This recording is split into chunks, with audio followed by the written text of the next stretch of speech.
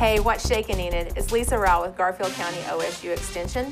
We're here talking with Scott Frazier, and we're talking about earthquakes.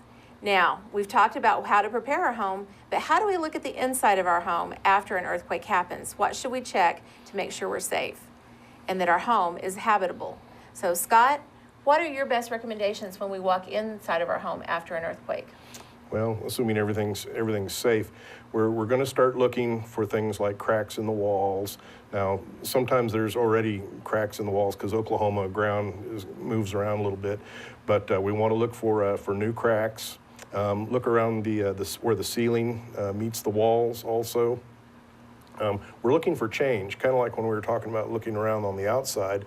We want to see if something has changed a little bit. Also, the floors, you'd be surprised, in an earthquake, the ground can move quite a bit. You might want to, if something feels a little bit odd, you might want to get out a level and put it on the floor in different directions and see if we still have a completely flat floor or maybe a marble, something like that. So that would be the walls. I'm looking for cracks. I'm also looking, we talked about utilities before, but I'm looking for some water leaks or maybe something's happened behind the walls. I want to be careful of. So that's the main thing with the walls. Okay. What about windows and floors? Can this affect how a window opens, or if it doesn't open at all? Sure, and that's an excellent point. Windows are going to be one of our emergency exits, right, in case of a fire or something like that, and you need to go around and check and make sure that every window opens and closes like it did previously.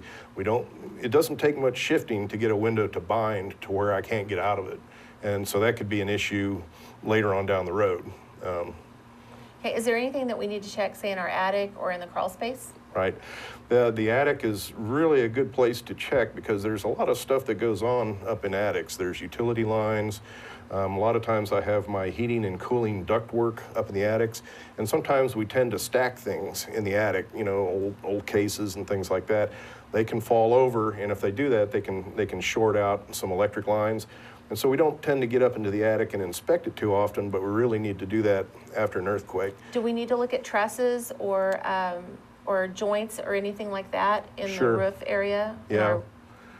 If we've had a pretty good one, we need to get up there and take a look, and you should be able to spot where wood has moved away where it was before. It'll look a little bit different. There'll be kind of a shadow on it, something like that.